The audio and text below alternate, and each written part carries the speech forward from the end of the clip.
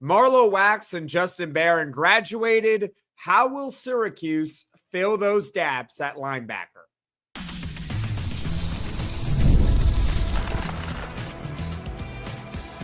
You are Locked On Syracuse, your daily podcast on the Syracuse Orange. Part of the Locked On Podcast Network, your team every day. Hello, everyone, and welcome into Locked On Syracuse. I'm Jackson Holzer, and thank you for making us your first listen of every single day here on the Locked On Podcast Network. It's your team every day. We're always free and available wherever you get your podcasts. And folks, it's back to Syracuse football position previews for the 2025 college football season. We took a little detour over the past few days. It was a pleasant detour because Calvin Russell, a five-star receiver in 2026, decided to commit to Syracuse football. Obviously, we had to talk a lot about it. But now let's step back to previewing the 2025 season. You know, this season that's coming up. And oh, by the way, 52 days, Syracuse will play Tennessee in Atlanta, Georgia. That is on Saturday, August 30th. We have already talked about the quarterbacks on this podcast. We have gone over the receivers as well as the secondary. And today, we're evening it up. We are going to talk about defense, specifically the linebacking unit for the 2025 college football season. We'll go over potential breakouts later on in the show, some key depth players for Syracuse. We're going to start the podcast talking about the two projected starters for Syracuse at linebacker for this upcoming year. Before we get to everything, today's episode is brought to you by FanDuel. Right now, new customers can get $150 in bonus bets when your first $5 bet wins. So here's the main takeaway I have with Syracuse's linebacking unit, okay?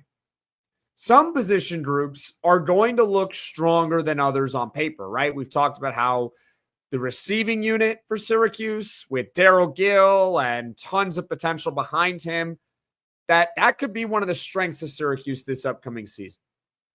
Well, with linebacker, I view the position group as a lot of question marks. And I think it starts with the very top. So first of all, Syracuse runs a 4-2-5 defense under defensive coordinator Elijah Robinson. That's their base defense. It means two linebackers on the field.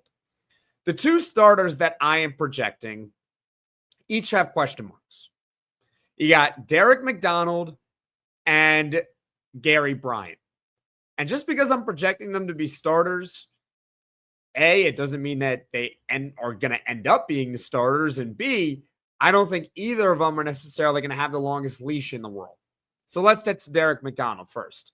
6'4", 230 pounds, a redshirt senior. He's really been with Syracuse through thick and thin. He's been with the team since 2021, where he redshirted that season. He took over as a starting linebacker in 2022 after initially being just a depth guy. He wasn't really supposed to play a whole lot in 2022, but after, unfortunately, a season-ending injury to linebacker Stephon Thompson, McDonald steps in and he kind of flashes. He plays pretty well, ends up with 43 tackles, 2 tackles for loss in 9 games, makes 8 starts in 2022. Then in 2023, he takes another step forward, right? He plays and starts in all 13 games, 67 tackles, 4.5 tackles for loss. But then in 2024, I think we were hoping that Derek McDonald would take another step forward in development, maybe become an all ACC caliber linebacker, even if it's not first, second, or third team, perhaps just an honorable mention, but that's not what happened. He does play in 13 games, but he only makes 7 starts, 55 tackles, and only a half tackle for loss for the season. Derek McDonald is, by all accounts, a good leader for the defense. Obviously, he's been with the team for a long time. He's a good teammate. He works hard. In fact, his defensive coordinator, Elijah Robinson, said of Derek McDonald during the season, quote, "He's just so mature, so reliable. He's a guy that I'm glad that we have." All those things can be true, but what also can be true about Derek McDonald is when I watch him, I'm left with wanting a little bit more from him. He's someone where I can see his upside, but whether it's a missed tackle here or it's a missed tackle there, it just doesn't always seem to click all the time for a guy like Derek McDonald. And this year, speaking of being a leader, well, he might have to be a big leader for this team this upcoming season because he's not going to have Marlowe Wax beside him. Marlowe Wax has graduated. He's gone. It's Derek McDonald. And Justin Barron's also gone too, like I mentioned at the top of the podcast. Who's left? Well, got a guy like Derek McDonald. I'm happy they kept him.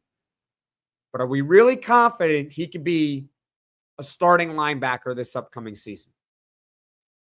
Comment in the comments section below. Number 2, another guy who's projected to start, in my opinion, but has question marks. And that's Gary Bryant. 6'1", 230 pounds, redshirt junior. He is a transfer from South Dakota, an FCS school. And look, Gary Bryant, if you look at the numbers, he was excellent at South Dakota a year ago. One of the best linebackers in the FCS in 2024. He had an overall Pro Football Focus grade of 87.4. And for those that are unaware, PFF, it grades players on a scale of 0 to 100, 0 being the worst, 100 being the best. If you have a grade of 87.4 overall for the whole season, that's elite. That is a really strong grade. And he was good in coverage, in tackling, and in run defense. So he is a complete inside linebacker. The issue with Gary Bryant is that he is coming from an FCS program. For those that are or don't necessarily know the difference, if you're a power conference program like Syracuse is, you're playing in the FBS as well as some of the other conferences that are non-power four, group of 5, I should say. Those are also FBS conferences. Well, then you have a step below that, which is the FCS. And it's not like in basketball going from mid-major to high major. We see that happen all the time with kids, and they end up thriving in high major. Sometimes they get even better when they go to high major, but that's not necessarily the case in football. The transition from FCS to FBS, it's a tongue twister. I know, I get it. I'm sorry. Is a lot more difficult than in a sport like basketball, but it can be done. It can. Jared Verse is a perfect example of this. He was a recent first-round NFL draft pick. He started at UAlbany, and then he transferred to Florida State, becomes an all-conference player there. I believe he was also an All-American. First-round NFL draft pick. Happened a couple years ago. So it can be done, and to be fair to Gary Bryant, he did have other high-major offers, I should say. USC, Cal, and West Virginia offered him in the transfer portal. So I do think he could be a starting linebacker. I do think it's possible, but there is that question there of, okay, this is not South Dakota anymore. The first game Syracuse is playing is against Tennessee, and there's also Notre Dame on the schedule and a full ACC slate, which also features Clemson. A little bit different than playing at South Dakota. So, look, overall, with the starting linebackers and the linebacking unit in general, I do wish that Syracuse was a little bit more aggressive in the transfer portal this offseason. Could I be wrong about the unit in that it's a big question mark? Sure, I could be wrong, and I want to be wrong because I'm a Syracuse fan. I'm a Syracuse alum. I want them to win every game and win the national title. Could Derek McDonald step up and be an all-conference linebacker? Maybe. He'll have the opportunity to do it. Could Gary Bryant, I guess, answer the question really well, which is that can he make the transition? Perhaps he can. And Syracuse ends up having one of the better linebacking units in the ACC. But right now on paper, I look at it and I say they're missing something. And the something that they're missing is Marlowe Wax, because I don't really necessarily feel like they replaced him at least good enough. Obviously, there are some players that are easier to replace than others in college. I just think that Syracuse could have done a little bit more this offseason. But comment your thoughts in the comments section below, your thoughts on the projected starters for Syracuse's linebacker room, as well as what we're going to talk about coming up, the depth and potential breakouts at the position group. So stick with me here on Locked On Syracuse. Summer sports are in full swing, and whether you're all about baseball under the lights, golf on the green, or high-stakes soccer action, FanDuel is the best way to make every game more exciting. You're already following along the action. Why not make it a little bit more thrilling? With FanDuel, you can get in on the game while your friends are getting sunburned at the beach. I've been using FanDuel to track my favorite matchups, and the app keeps it fresh with new daily promotions and fun ways to bet. New to FanDuel, it's the perfect time to sign up because new customers can bet just $5, and if you win, you get $150 in bonus bets. Open the FanDuel app today or visit FanDuel.com to get started. This is Locked On Syracuse. I'm Jackson Holzer. Let's continue this season preview talking specifically about Syracuse's linebacker position group for the upcoming 2025 college football season. We just went over the projected starters for Syracuse, McDonald and Bryant, a transfer from South Dakota. Let's get into a couple of their backups. And let's be very clear. As I said in the first segment, I don't think either of the projected starters are A, guaranteed to start, or B, are going to have a long leash. It's not like Syracuse has the New Orleans Saints dome patrol from the late 80s and early 90s at the linebacker unit. So these depth players that we're about to mention here on Locked On Syracuse, these are guys who I think are going to get significant playing time in 2025. They are not just throw-ins, let's talk about them. No, these are guys who are going to play this upcoming season. Anwar Sparrow and James Hurd. Let's start off talking about Anwar Sparrow because he's similar to McDonald. Their first seasons with Syracuse were both in 2021. We'll get to it in just a second here, but he's 6'1", 225 pounds. He is a redshirt senior.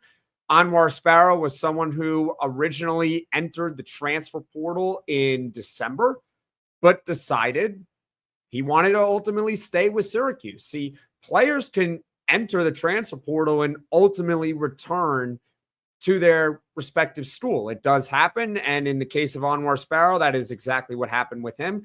I don't know necessarily why he decided to enter the portal or why he came back to Syracuse, but I'm happy that he is back with Syracuse. He's definitely someone that the Orange could use for 2025. And again, he's been with the team since 2021, but he has mostly been a depth linebacker. He's appeared in games, but with very few starts. In 2021, plays in 3 games, but he redshirts that season. 2022, plays in 11 games, makes 3 starts. Okay, so there's progression there, making 3 starts in 2022.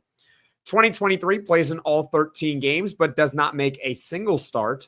And in 2024, he plays in 13 games with 1 start.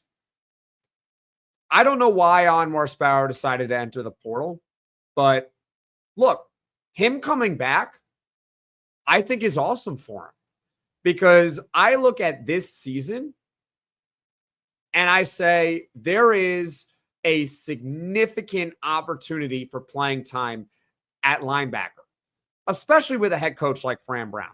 You know, a head coach like Fran Brown and a defensive coordinator like Elijah Robinson, they're going to play who they believe is going to give them the best chance to win. And if a guy is playing and is not playing well, they're not afraid to make a change. They seem to have a good balance of giving a guy some patience and knowing when they need to make an adjustment. I mean, we saw last season, Justin Barron did not start the year as a linebacker, but he sure finished as a linebacker last year. So with nothing guaranteed and no all-conference starter in place, why can't a guy like Anwar Sparrow finally get significant playing time in 2025, get more than just 3 starts in a season, which is his career high back in 2022? I do believe that Anwar Sparrow was a starter during the Syracuse spring game, which is good for him. But that was also before Syracuse went out and got Gary Bryant from South Dakota. I do believe that Derek McDonald, I guess, is as quote-unquote safe to be a starter as it could possibly be at the linebacker spot. But Gary Bryant, I'm projecting him to start. If he doesn't start the year and instead it's Anwar Sparrow, I would not be surprised because Anwar Sparrow has been with Syracuse for a very long time and he knows how to play, at least in the ACC. And we'll find out, I guess, in his final season in college, whether or not he has truly taken that next step in development. I'm not saying he's going to come in here and be an all-conference linebacker. In fact, I would be shocked if he was all-conference this upcoming year. But I would love if he could play at a serviceable starting level in 2025. And I feel like that is a reasonable expectation for a guy like Anwar Sparrow. I mean, comment your thoughts in the comment section below. Can Anwar Sparrow be one of the surprise players for Syracuse in 2025? Not a breakout guy, a surprise guy in 2025. Comment in the comment section below. Now let's get to James Hurd, the other player that we mentioned as a depth piece at the linebacker spot. 6'2", 230-pound redshirt sophomore. He started his career at West Virginia in 2023 before deciding to transfer to Syracuse ahead of the 2024 season. He played in 11 games last year, 7 tackles, half tackle for loss. I do not believe he made a single start. And he had a major opportunity a year ago to establish himself as a young, up-and-coming star on Syracuse's roster. If you recall, in week 1, Syracuse was dealt a big blow on the injury front. And that was Marlowe Wax. Suffered that injury against Ohio, ends up missing 5 games last season. Thankfully, he was able to return, and now he's an undrafted free agent in the NFL, and we hope that he can make a roster, right, come the season. But he had a major opportunity. Marlowe Wax is gone. Who's going to step up? Unfortunately for James Hurd, it wasn't him. He did not emerge last season because if he did, he would have gotten more playing time than he actually could have. But I'm not going to sit here and write off James Hurd and say that he stinks, he's bad, blah, blah, blah, blah, blah. That's not what I'm doing. It's just kind of the story of him since he has gotten to Syracuse. But the good news for James Hurd is that we can kind of talk about it a little bit in the next segment as a breakout candidate. He's entering year 3 in college. He's going to be a redshirt sophomore, so he's probably going to get an expanded role, whether we like it or not, for this upcoming year. Why not him? Why can't he break out? He's entering his 3rd year in college. Now he's a little bit more familiar being here with Syracuse already for a full season and over the course of a spring again. Can James Hurd break out for Syracuse in 2025? Comment in the comments section below. Now, coming up, we'll talk about 2 more players at the linebacker spot, guys who could potentially break out for Syracuse in 2025. So stick with me here on Locked On Syracuse.